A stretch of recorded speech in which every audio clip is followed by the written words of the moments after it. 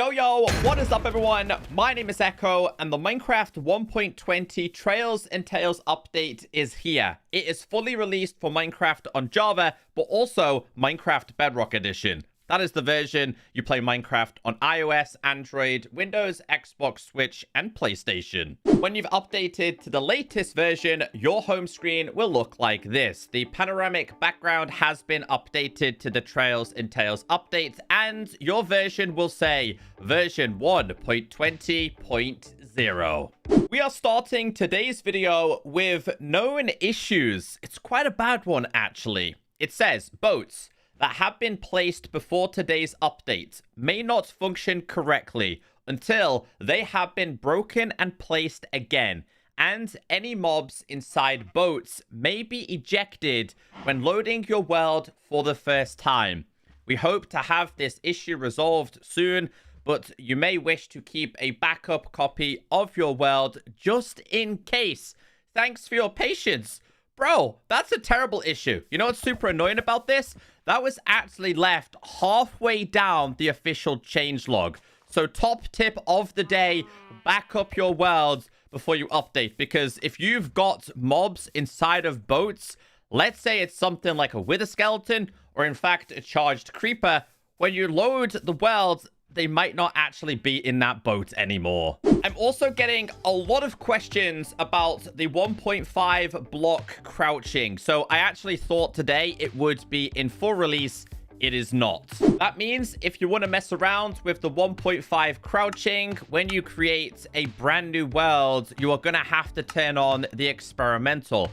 It's located underneath the short sneaking, allows players to sneak under 1.5 block gaps.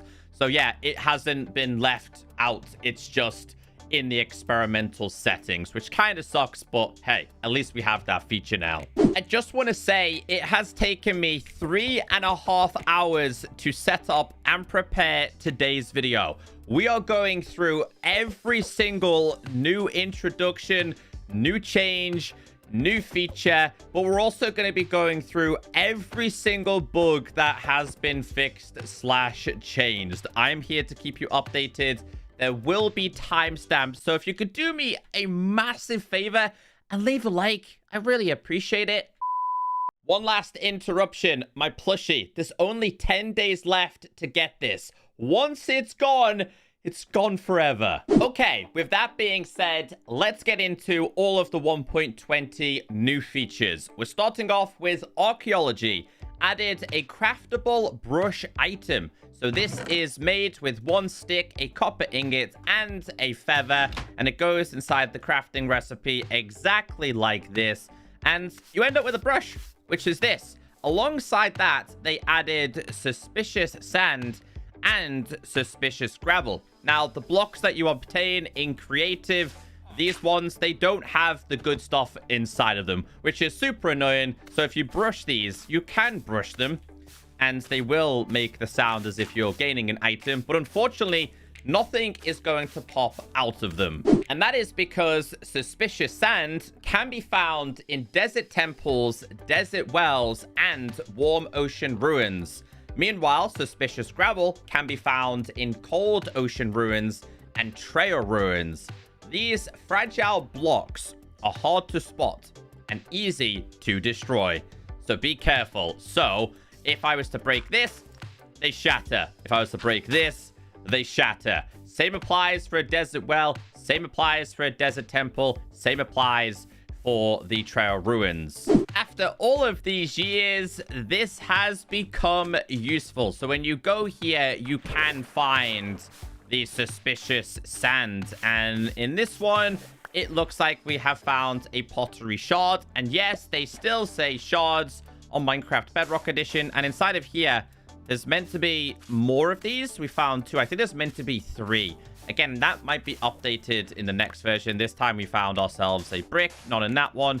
None in that one. But if you find yourself a temple, well, there is a new secret room that is available, and it's located at the back. So it's right here.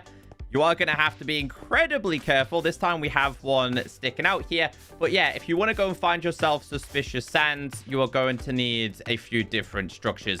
If you really, really wanted to, you could dig out this room. But again, be very careful, because if you make a mistake, you are then going to shatter the artifacts. Also added the Trail Ruins, a buried structure from a lost culture. Trail Ruins can be found in taigras, snowy taigras, all old growth forest biomes, and jungles. A new music disc can be found by brushing suspicious blocks in this structure. Now, the music disc is this one right here, and it is called Aaron Sheroff. It's Relic. You guys have probably heard it. If you haven't, go and listen to it on YouTube. It is absolutely amazing. This is your Trail Ruin. Now, one thing I want to mention is that this is a world I had from an older beta video. So now, inside of the Trail Ruins, you will not get sand. You will only get gravel and suspicious gravel when you dig this out. Now, you can find artifacts inside of here. In fact, I have all the possible artifacts you can get from this structure. So this will include shards, shards. The shards that are available is this one, which I believe is Friend. Heart, the Broken Heart.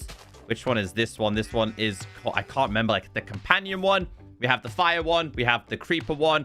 Along with that, these are all the possible items you can find inside of the Trail Ruins, down to bricks, candles, a bunch of dyes, glass panes.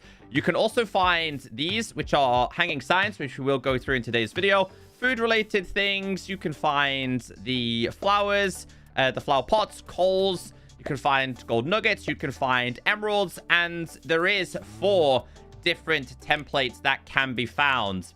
And I will go over them in today's video, but this is what they look like. Still related to archaeology, they added pottery shards. Again, it does say shards. It will be updated next update.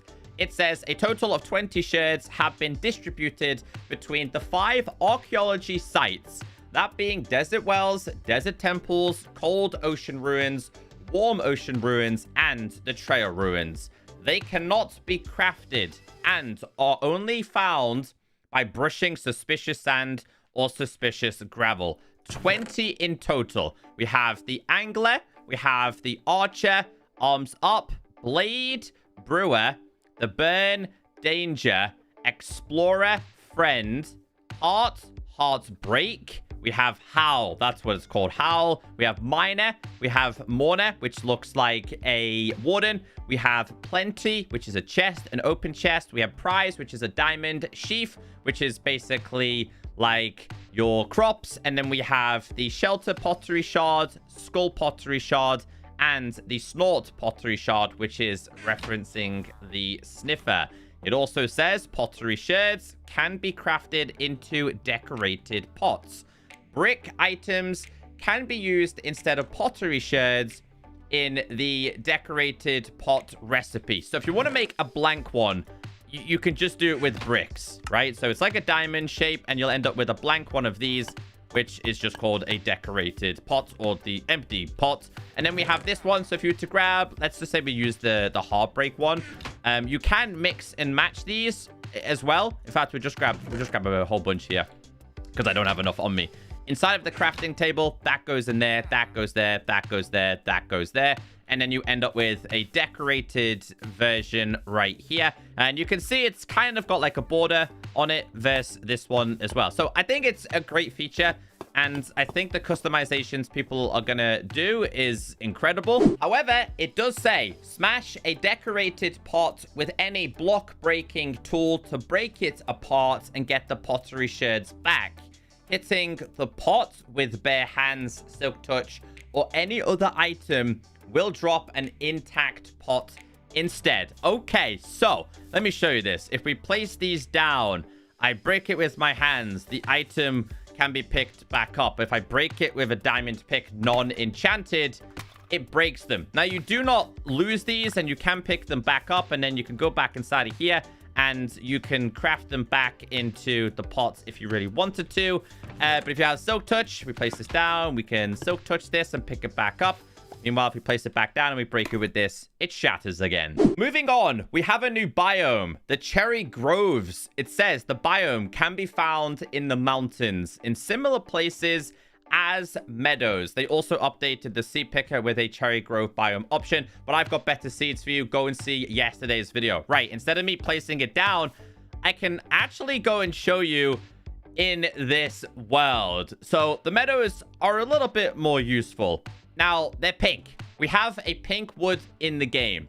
So this biome is covered in this, which is the cherry leaves, and we have particles. Now, you can take these blocks home with you, and you will get these particles.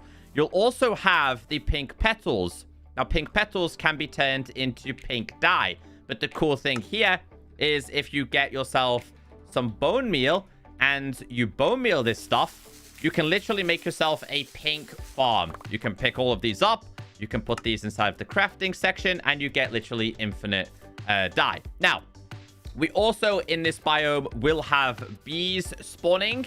You will get sheeps, pigs, and rabbits will also spawn in here, but you will find bees. It's another location for you to get bees. I think it's a great biome. I think it would have been even better if they introduced an exclusive mob. You can see the bees right there. You can see the bee nest. All right, so the wood itself, it is a cherry log. Now, the cherry log can be crafted into planks, and as you guys know, we have the respective woods as well. So we go inside of here and we type in cherry. We have everything else that is available: your planks, your fences, your stairs, your doors, trapdoors, slabs, you name it, it is available. Honestly, I really love this wood. It's not the only wood set added. We also have bamboo wood set. All right, so it starts with your regular bamboo, and I imagine you guys have got a lot of this in your world. The next thing you want to do is put these inside of here. Now, I'm just going to use these ones, for example. This can go there, and then this can go here. Now, previously it was 4, but they've upped it to 9. It kind of makes sense. You'll end up with this, which is the block of bamboo. Now, the block of bamboo placed inside of here will produce the plank version. Each one will produce 2. Now, obviously, the more you put inside of here, the more things you're going to be able to make. Like, you can make the stairs, you can make slabs, you can make buttons, you can make fences, you can make doors, you can make trap. You get the point. And all of those features are inside of here. Now, if you want to get yourself the mosaic version, right, you are going to need these. The slabs will make the bamboo mosaic. So technically now, you can go and make yourself a jungle village if you really, really wanted to. I actually like this. And honestly, I think this is one of the more underappreciated 1.20 features. We also have hanging signs crafted with 2 chains and 6 stripped logs of your preferred wood type. So you are going to have to grab chains and then any version of the stripped. It goes 1 and 2. And yes, as you expect, it all goes along the bottom. And again, another great feature introduced to the game. You can do this with the new woods, of course, as well. And we have these. So a couple of things about this. It does say, can be hung up in the following ways: underneath a block that can provide supports in the center, like a full block or a fence, attached to the solid side of a block, attached to the side or underneath another hanging sign. Okay, so a couple of examples here. Now, if I just stand here and place this underneath, you can see here we have 2 chains. But if I crouch, it does what is considered a V shape. This can be placed on the side as well, and it ends up with like a wooden beam. And it can be placed underneath here as well, which will give you automatically the V shape. Now, one thing that I do want to mention here, it does say, unlike normal signs, they cannot be placed directly on the ground without support from another side or above. However, hanging signs that have a horizontal bar will not pop when the supporting block is removed. And I'm talking about this one. So if I break this, as you can see, that one's gone, but that one is not. So that one will still stay there.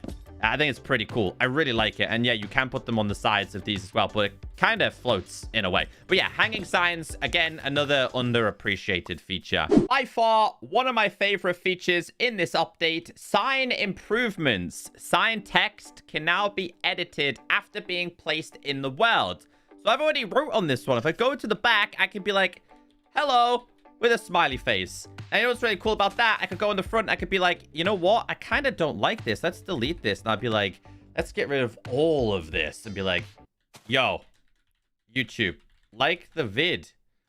Will ya? Do you know what I mean? It's so cool. Honestly, super cool. And I already showed you guys this, but it does say both sides of the sign can now have separate text and colors, allowing for further customizations. So if we were to get ourselves a little bit of dye here, let's go with green, and we'll go with blue, and we'll go with the glow versions as well. I can do this as blue, but voila, I could do this as green. It's so cool. I love this feature. It does say signs can now also be waxed with honeycomb, preventing any further edits to the text. Okay, so yeah, if you are not wanting to be trolled by your friends, as you guys know, I can go inside of here and I can add a bunch of exclamation marks, and then I can go back inside of here and get rid of those exclamation marks. However, if I do this, I can't edit the sign anymore. It will lock the sign. So cool. The big boy mob vote winner, the Sniffer, is here. Sniffers are passive-friendly mobs. Sniffers sniff the air and occasionally dig for seeds, which produce a torchflower seed or a pitcher pod item. Sniffers can only dig grass and dirt like blocks. They cannot dig like stone, stuff like that. Sniffers can be tempted and bred with torch flowers. How do you obtain the Sniffer? This guy. All right, I gotta show you guys. I mean, I think most of you have already seen it by now, but the Sniffer, I voted for this. I'm happy with it, but I was hoping to get those vines that Roger Badgerman did show. It's super big, it's super cool, it's super cute. It's got little floppy ears. Anyway, if you want to obtain this in survival, you're gonna need this, which looks like an eggplant, I'm not gonna lie, but it says can only be found from sus sands in warm ocean ruins. When placed on moss, the egg will hatch in approximately 10 minutes. Meanwhile, if it's placed on any other block, it will take 20 minutes. So moss is a little bit extra useful in the next update as well. So if you place this on there, it's going to grow or hatch a lot faster than if I was to place it there or place it there. Like it did say, you can tempt and breed these using torch flower seeds. The chicken's trying to get in on the action. That will produce the sniffer egg, and then you can end up with a baby sniffer, which is known as a snifflet. So here is the torch flower, and here is the pitcher plant. They start off in seed form and pod form, and ironically enough, and I will show you this, they can be turned into dyes as well. So the torch flower can be turned into orange dye. Meanwhile, the pitcher plant will give you 2 cyan dye. Now, if we just place this down, one there and one there. So they end up with literally a pod.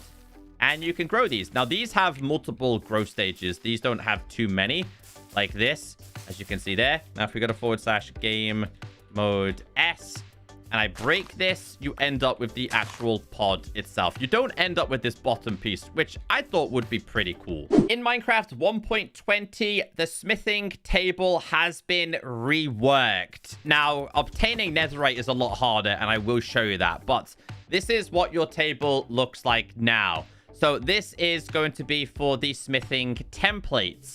These templates can be found throughout your world. They are found in trail ruins. They are found in random chests. They are found in ancient structures. They're found in the ends. They're found in the nether.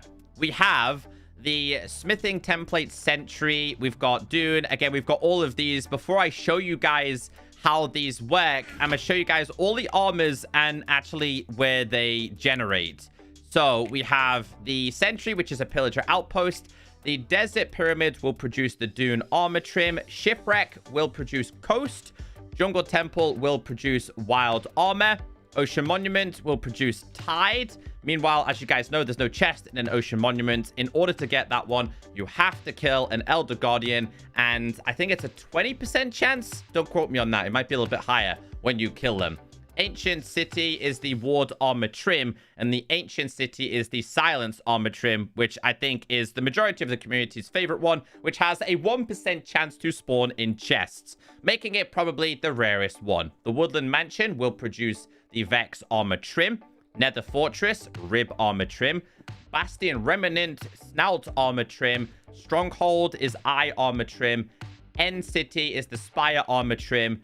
Now, the Trail Ruins will produce 4 different ones. We have the Wayfinder, Razor, Shaper, and Host. Now, you can place all of these templates and trims on any type of armor.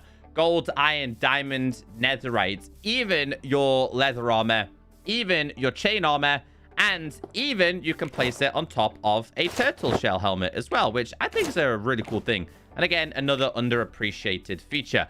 But hold on a second. Before you guys go ahead and start wasting your templates, it is important to know that you do not want to be using your templates straight away. You want to duplicate them. No, not the illegal and wrong way. The actual legitimate duplication. So here we have, don't waste your templates. Let's refer to the wiki real quick. So here is going to be all of the recipes for these templates. Now, each one requires 7 diamonds, the templates, and a whole range of different materials. So, for example, all of the ones that you can find inside of the Trail Ruins will require a terracotta. For example, the rib one, you're going to need netherrack. The sentry, you are going to need cobblestone.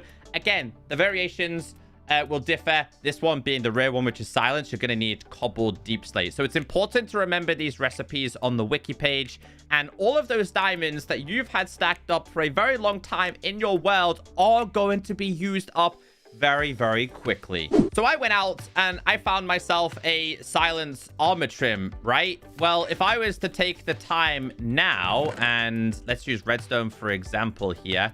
If I was to put this inside of here with this, well, my template is gone. So I'd have to go back and get myself another template. Now, you want to duplicate it, right? So you grab one of these. Let's go over here. We're going to need 7 diamonds. And for this one, we need cobbled deep slate. Now, this is the legitimate duplication. Armor trims always go on the top. The templates go on the top. The material always goes in the middle. And these go around here. And you can see here, we have 2. So in this instance, again, you're going to have to do this multiple times. I would then have to put that back in there, one inside of there, and that goes inside of there. Well, you can see here, I've now got 3 instead of 1. And remember, each set of armor, you are going to need to do this for. So you're definitely going to need 4 of these if you want a full set of that. And you can mix and match these. If you wanted to have silence armor for your chest plates, but you wanted to have the Vex for your helmet, and you wanted to have the rib for your leggings, and you wanted to have the snout for your booties, you can do that. But again, yeah, this is just going to take adventuring and exploring to a whole new level.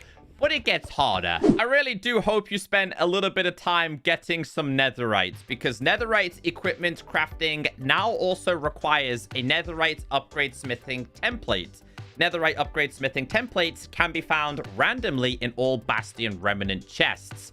Every treasure room Bastion Remnant will contain 2 smithing templates. There's always going to be at least 2 when you go to Remnants. This change was made for a variety of reasons. Increases the time players utilize diamond equipment before netherite, which I kind of like. A lot of people don't, but unpopular opinion, I like it. Makes netherite equipment more significant achievement in the game's progression.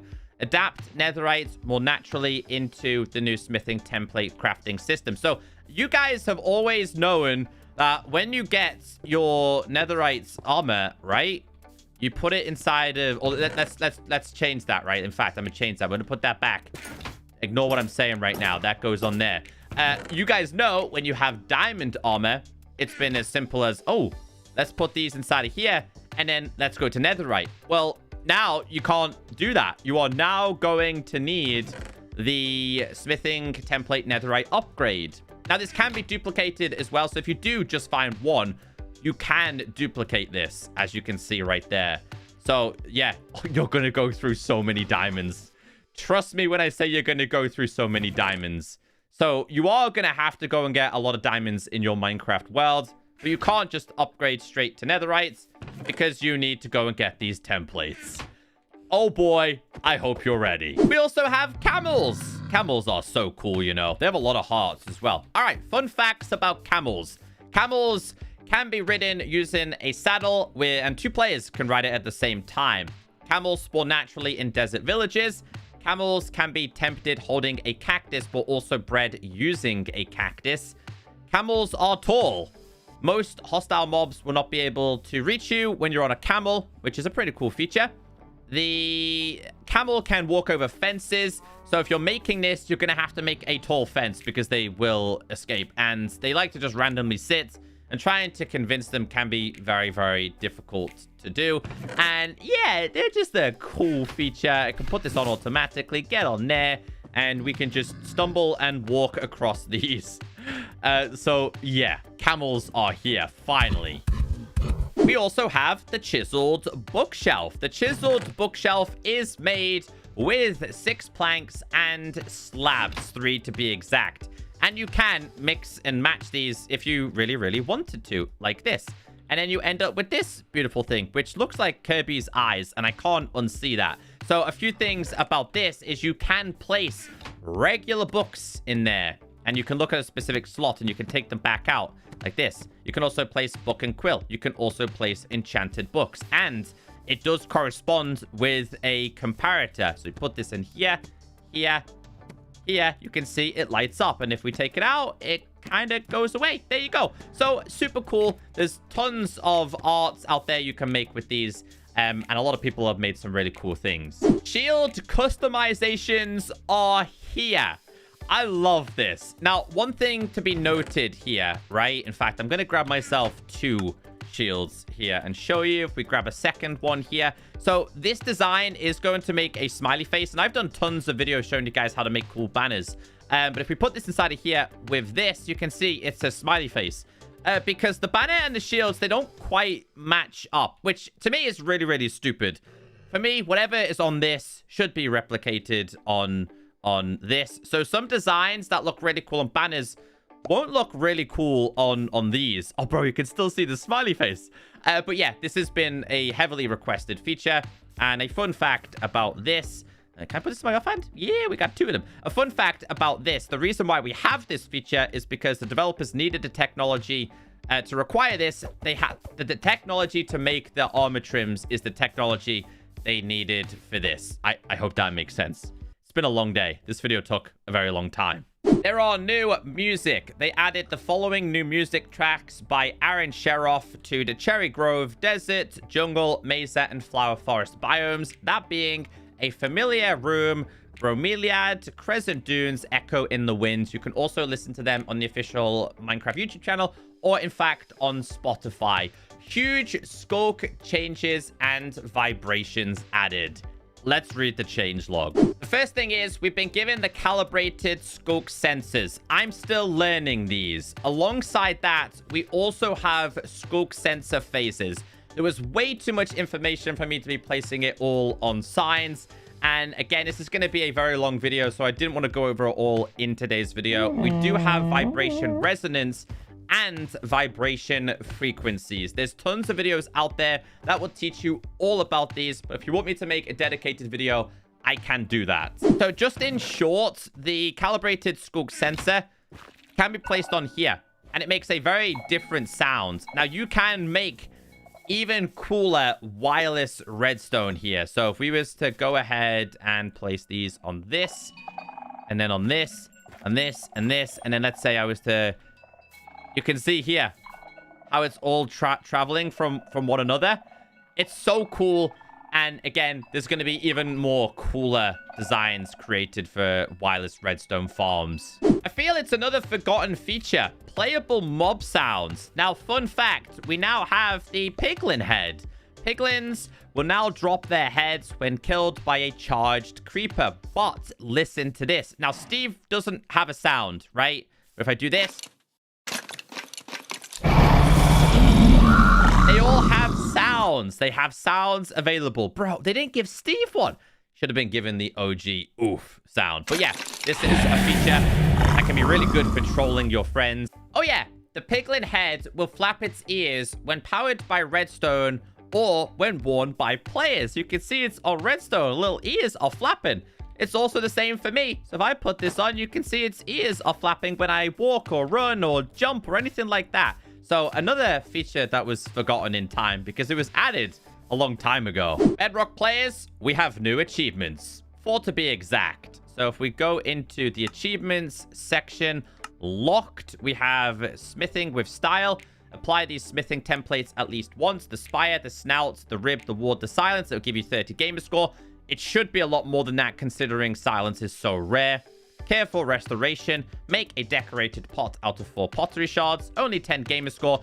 All of these come with custom cosmetics as well. Plant the past. Plant any sniffer seed. 10G. The healing power of friendship. No, that's not new. I feel like there was definitely one more. Honestly, I think 3 achievements or 4 achievements. Not enough. Getting into fixes and changes. There is a lot of these. Starting off with general. Split screen players are no longer disconnected when one leaves. iOS now requests local network access in order to find games on local network. Added a progress handler when loading into a world that will wait up to a total of 15 seconds for the primary player appearance to load. Improved the time it takes to start up and load into the start screen, so that's pretty good. Fixed an issue where a locally hosted dedicated server was not found by clients on the same machine. Gameplay fixes. Flying is no longer disabled when flying under stairs. We have a bug report. Been a problem for a little bit of time. Flight mode is disabled when flying under stairs and hoppers, and you'll see we have ourselves a video here. So again, as soon as you go anywhere near this and you're flying, it will disable and you'll end up falling down. Fixed fall damage accumulating when the player jumped on a roofed soul sand bubble column.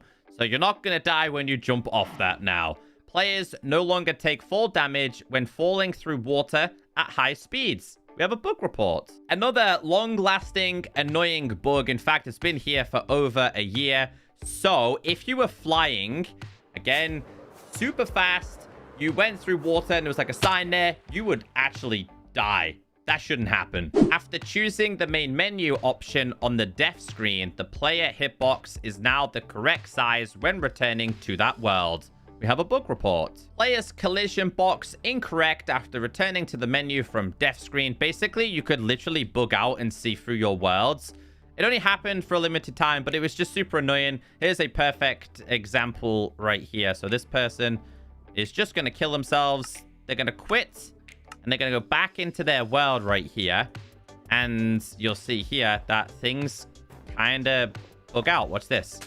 When they get inside of there, you'll see here they can kind of see through the world. That doesn't happen anymore.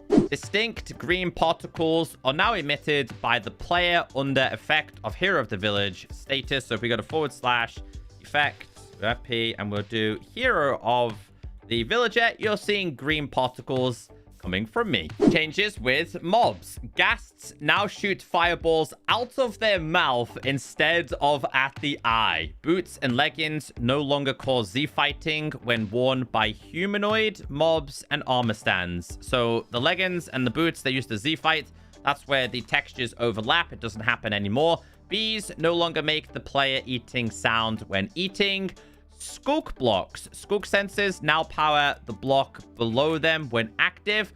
Waterlogging a Sculk shrieker is now silent when the sound shrieks. So if I stand on this one, you can hear the sound, right? However, if we do it on this one, well, it still does the particle effects. It just doesn't do the sound. The sounds emitted by players and mobs stepping, falling, jumping, or landing on top of Sculk sensors are now affected by the player sound slider. So in audio, that is. If we go to the audio, the player sound, so this one. Any item use, like using a brush or spyglass or eating an apple, now sends item interact events that cause vibrations picked up by Sculk sensors and wardens. Okay, so if we place this down, I eat an apple, it pings it. If I do a little bit of brushing, it pings it. If I use the spyglass, it pings it. So you're not safe. There are new things that have been introduced, making life a little bit more difficult. Moving on to blocks. It says wooden logs generated in wooden mansions now have the correct facing. Removed redundant lava _ cauldron block that could be placed using commands. Sugarcane and bamboo can now be placed on moss blocks. Okay, so again, just another feature. That can go on there, and that can go on there. Conduit block now respects the lighting conditions when held. Top and bottom door textures now rotate correctly when opened and closed for world versioned from 120 onwards. Sugarcane no longer generates an air pocket when generated underwater. We have a bug report. A long-lasting bug report. So there was a way for this to generate underwater, and you can see it right there. So does that mean they've patched what I think they have? So does that mean I can't place sugarcane in the water anymore? I actually don't think we can. Used to be able to do it, and it would create air pockets. It was a great way to survive on Bedrock Edition. Couldn't do it on Java, unless you still can, I don't know. But I actually think that's been patched. Fixed an issue where a piston could become invisible in rare cases. Woodland Mansion's entrances now use cobblestone slabs. Iron bars and glass panes can now be connected to pistons, as you guys can see right there. Dead bushes can now be placed on grass blocks and moss blocks. You can see it right there. The map color for black terracotta now matches Java. Players no longer fall through farmland blocks after jumping on them. They patched it. Darn it. There was a way for you to, like, just land on this and you would glitch all the way through. And this was also the same for mud blocks and farmlands. If they're standing on the block and the block is updated. So if I was to stand on here and then it was just to go back to, I don't know, like normal. If I was to stand here and do it like that way, you could sink through it. That bug's returned a couple of times. So it might come back in the future. It does say fixed an issue where placing blocks while sneaking on an interactable block was not working as intended with client authoritative movement. Fixed an issue where an armor stance pose would not change when right-clicked while the player had sneak held and flying. Weighted pressure plates now update their signal strength immediately when multiple items are placed on top. Items fixed a bug where an item in item frames could be too small in some world templates. Broken and unbroken elytra now render in hands, in the world, and in item frames with the correct icon. We have a bug report. Wrong elytra texture and item frame in hand. So if we go to this one here, you can see it's broken and broken, but that's meant to be normal. And on this one, they're both normal. So yeah, that was fixed today. Realm changes. Let's read the change log.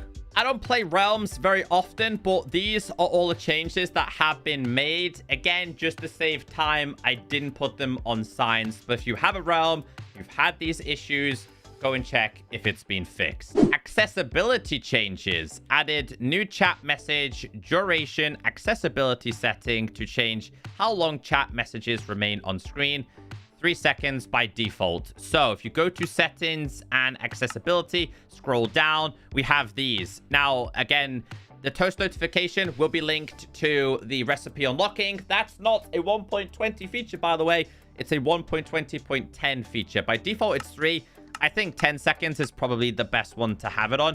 And moving on, it does say rename notification duration to toast notification duration and fixed an issue where the setting had no effect on how long toast remained on display. So yeah, again, these will become a little bit more useful in the next updates. The 4 creative inventory tabs have had their names, will now have their names read out by text-to-speech. Screen reader now describes function of delete world button in the storage menu. Tweaked the contrast of the text inside of header for list of worlds in storage settings menu. Potions, tipped arrows, and mob effects have had their colors adjusted to make them more distinguishable from each other. So if we were to go inside of here and we type in potions, again, don't forget the colors have changed as well. They're no longer glinting or glowing, should we say? Tipped arrows, I think they've also changed as well, right? Type in arrows. Colors are, again, they're a little bit brighter and a little bit easier to see. And again, this also includes the particle effects. User interface. Let's read the change log. Once again, a lot of user interface changes. They have updated the main menu screen, which I showed you. It's the Trails and Tales panoramic background. A bunch of other changes here. There's just so much information to go through. Feel free to read the change log down below. Moving on to touch controls. Fixed issue with keyboard navigation on some menu screens on iOS and Android. Graphical Fixes fixed a crash when enabling ray tracing in ray tracing compatible content that was loaded into with ray tracing turned off. Fixed an issue in RTX where underwater light shafts from the moon would originate from the opposite angle of the moon's sprite. Technical updates. Let's read the changelog. Now, of course, they've updated the add-on templates to 1.20, but we have tons of changes to general, dedicated servers, commands, entities, items, add-ons, Molang, even more experimental technical features. Honestly, there is so many changes. Wait, do we have the camera command here? The camera command is here for 1.20. There's just so many changes this time around. So if you're into the technical side of Minecraft, everything you need is down below. I don't know if anyone is still watching right now, but if you are, comment down below and say, hey, Echo, there's some nice flappy ears. Guys, if you can buy my plushie, please do. I've been working towards releasing it for 10 years. I'd be really sad if we don't reach the goal. I hope today's video has kept you updated. I hope I've done my best at keeping you all updated for 1.20 snapshot, betas, previews, and all that information. Go and update and enjoy the game. But more importantly, make sure you back up your world because, again, it's broken. There's a big bug with boats. Have a wonderful day, and I'm going to eat some food, and I'm going to do some Minecraft exploring. See you all in the next update. Hey, you can now book me on Cameo. Link is down below.